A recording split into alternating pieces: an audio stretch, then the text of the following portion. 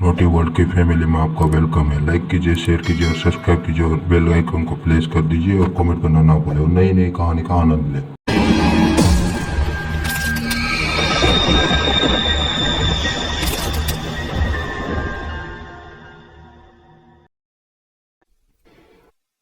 ये चैनल केवल मनोरंजन के लिए है। हम किसी भी तरह की अंधश्रद्धा को बढ़ावा नहीं देते।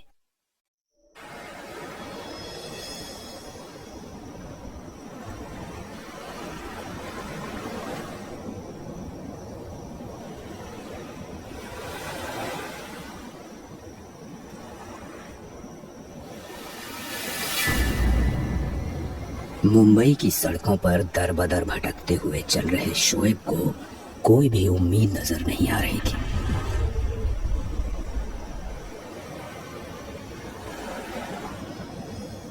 वो यूं ही भटकते हुए समुद्र किनारे आकर बैठ गया। देर तक वो अकेला बैठा था। तभी एक मौलवी उसके पास आया। क्या बात है, बहुत परेशान लग रहे हो। मेरी समस्या का हल आपके पास नहीं है, कहते हुए वो अपनी जगह से खड़ा हो गया। मगर मौलवी ने उसका हाथ पकड़ा और कहा, इस दुनिया में ऐसी कोई समस्या नहीं जिसका समाधान अल्लाह ताला के पास ना हो। उसकी बनाई हुई इस कायनात में कुछ ऐसा भी है जो किस्मत से ज्यादा देने का जज्बा रखता है। बाबा, आपकी बातें मेरी समझ में नहीं आ रही हैं। शायद तुम्हें पता नहीं कि कुछ ऐसी शक्तियां होती है जो इंसान को भी खुदा बना देती है। उसकी हर ख्वाहिश पूरी होती है। क्या ये मुमकिन है? मुझे भी कुछ ऐसा मिल सकता है क्या जिससे मैं अपनी हर ख्वाहिश पूरी कर सकूं? मुफ्त में कुछ नहीं मिलता।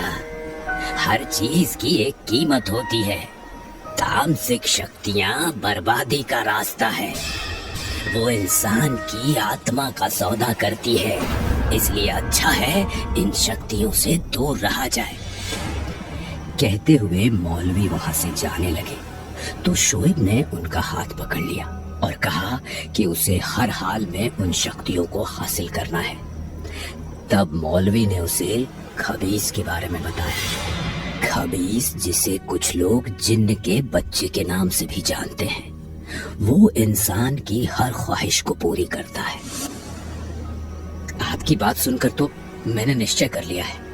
मुझे हर हाल में खबीस की सिद्धि चाहिए। मौलवी ने उसे खबीस की सिद्धि हासिल करने के तरीके के बारे में बता दिया और खुद वहां से चले गए। कुछ दूर जाने के बाद वो आसमान में चांद की ओर देखने लगे और उनके चेहरे पर रहस्यमयी मुस्कुराहट आ गई। जैसी अल्लाह ताला की मर्जी, लगता है कुछ अनोखा होने वाला है।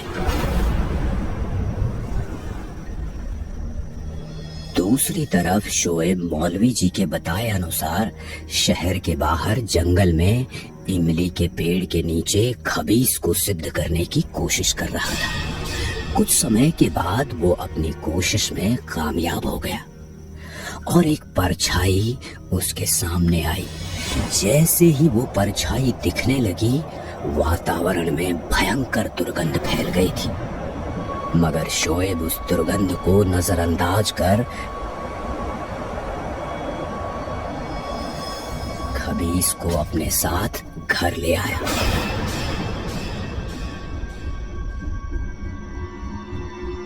उसके आसपास जब भी खबीस होता, तेज दुर्गंध आती। मगर शोएब को तो सिर्फ अपनी इच्छा पूर्ति से मतलब था। कुछ ही दिनों में शोएब की इच्छा अनुसार उसे फिल्मों में काम मिलने लगा था। अपनी फिल्म की शूटिंग पूरी कर वो बहुत खुश था, मगर इस बात को भूल गया था कि यदि कोई इच्छा पूरी होगी तो उसकी कीमत भी चुकानी होगी। शोएब की जिंदगी में वो रात अंधेरा लेकर आई। दिन भर की थकान के कारण शोएब को बिस्तर पर सोते ही नींद लग गई। मगर देर रात उसके बिस्तर पर हलचल होने लगी। किसी ने उसके सीने पर हाथ रखा और बालों को सहलाने लगा। शोएब तुरंत जाग गया। वो अपने बिस्तर पर आसपास देखने लगा, मगर उसे कोई नजर नहीं आया। कौन है यहाँ पर? जो हमें परेशान कर रहा है? सामने आओ। शोएब ने देखा कि खिड़की के पास एक साया लहरा रहा था। वो जैसे ही खिड़की के पास गया, उस साये ने तेजी से उसके ऊपर झपट्टा मारा और उसे पलंग पर लाकर फेंक दिया। उसके बाद वही सब हुआ जो नहीं होना था। खबीज शोएब के शरीर पर हावी हो चुका था। वो नकारात्मक शक्ति शोएब के साथ अनैतिक संबंध बना चुकी थी। अपनी शारीरिक ख्वाहिश को पूरा करने के बाद खबीज कुछ पल के लिए जा चुका था। एक खतरनाक प्रेत आत्मा के साथ संबंध बनाने के कारण शोएब लगभग बेहोश था। अगले दिन जब उसे होश आया तो दर्द के कारण उसका पूरा शरीर टूट रहा था, मगर उसने इस बात को नजरअंदाज कर दिया। उसे ऐसा लग रहा था कि उसने खबीज को एक बार कीमत चुका दी, उसके बाद फिर कभी ऐसा नहीं होगा। मगर वो इस बात से अनजान था कि ये तो केवल एक शुरुआत है। तभी उसके दरवाजे की घंटी बजी। उसने जाकर दरवाजा खोला तो सामने उसकी मेड सलमा थी। क्या साहब, कब से घंटी बजा रही थी? आपने दरवाजा ही नहीं खोला। आप अगर दरवाजा नहीं खोलते ना तो मैं चली जाती थी। कहते हुए सलमा घर के भीतर दाखिल हो गई। खबीस अभी कुछ देर पहले तक घर के अंदर था तो घर में से सड़ी हुई गंध आ रही थी। क्या साहब, आपके घर में कहीं चूहा मर गया है क्या? बांस के मारे ये मेरी तो जान ही निकल जा रही है। बदबू? कहाँ है बदबू? लगता है तुम्हारी नाक खराब हो गई है। चुपचाप अपना काम करो। कहते हुए शोएब वॉशरूम में चला गया और सलमा घर के काम कर रही थी। ड्रेसिंग टेबल पर कांच पोंछते पोंछते कांच में अपना अक्स देख वो श्रृंगार करने लगी। तभी उसे कांच में खबीस का अक्स नजर आया। उसने डरते हुए पीछे देखा तो वहां पर कोई नहीं था। तभी ऐसा लगा किसी ने उसके कमर को छुआ। सलमा ने गुस्से में झाड़ू उठाई और बोली, साहब, इसीलिए मैं अकेले लड़कों के घर काम नहीं करती। सलमा की इज्जत पर हाथ डालने की कोशिश की ना तो आपकी इज्जत उतार दूंगी मैं। अब कहाँ पर छुपे हो? बाहर आओ। कहते हुए सलमा शोएब को ढूंढने लगी, मगर शोएब वहां नहीं था। तभी वो वॉशरूम से बाहर आया और बोला, सलमा क्या हो गया? क्यों चिल्ला रही थी? साहब, ज्यादा भोले मत बनो। अभी यहाँ खड़े होकर मुझे परेशान कर रहे थे और अब बाथरूम से आ रहे हो। दिमाग तो ठिकाने पर है? मैं बहुत देर से वॉशरूम में ही था। मुझे देर हो रही है, नाश्ता लगा दो। कहते हुए शोएब हॉल में आ गया। सलमा डरते हुए कमरे में कुछ ढूंढने की कोशिश कर रही थी। सलमा, आज मिल जाएगा खाना? आई साहब। शोएब खाना खा ही रहा था कि उसके मोबाइल पर किसी फिल्म की कास्टिंग के लिए मैसेज आया। ये देख वो खुश हो गया और अपना पोर्टफोलियो लेकर निकल गया। खबीस के कारण उसे ये फिल्म भी मिल गई। लगता है मेरे अच्छे दिन आ गए। अब मुझे आसानी से फिल्म मिल जाती है। आखिर फिल्म मिले क्यों ना? मैं कितना खूबसूरत दिखता हूँ।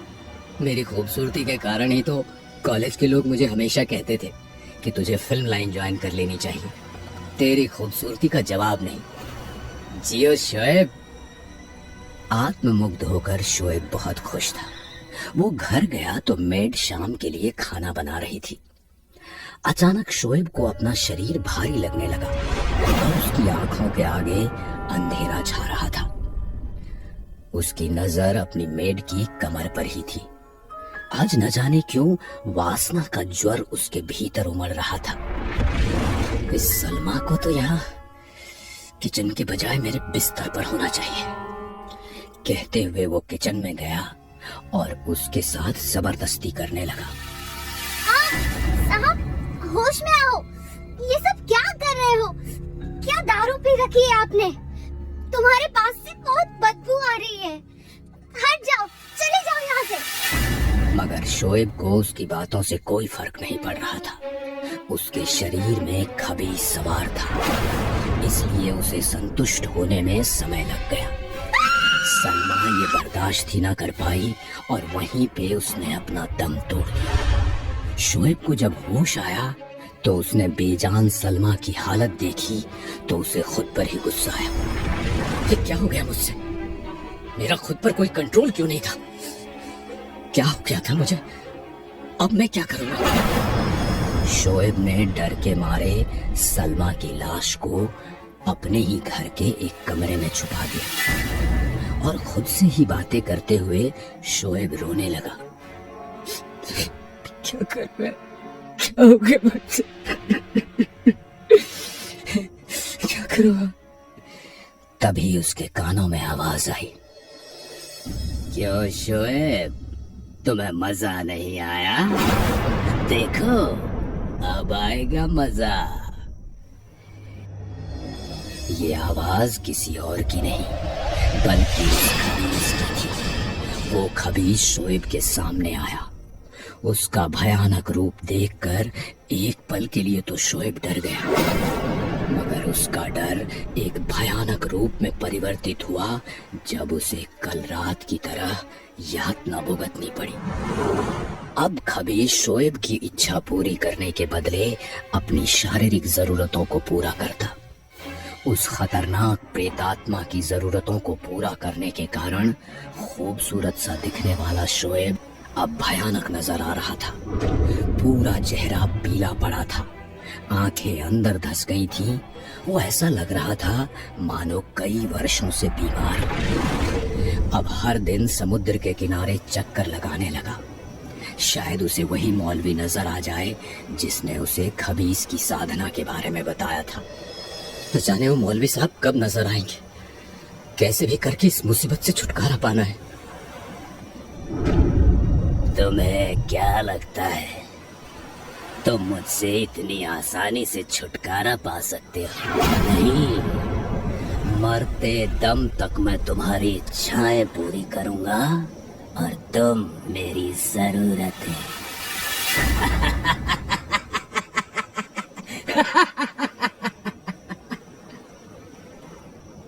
यदि मरने के बाद भी मुझे तुमसे मुक्ति मिलेगी तो मार दो मुझे।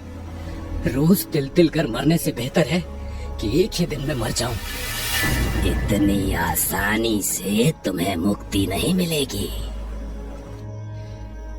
बहुत दिनों तक खबीस शोएब का शोषण करता रहा। शोएब को वो मौलवी दोबारा नजर नहीं आए।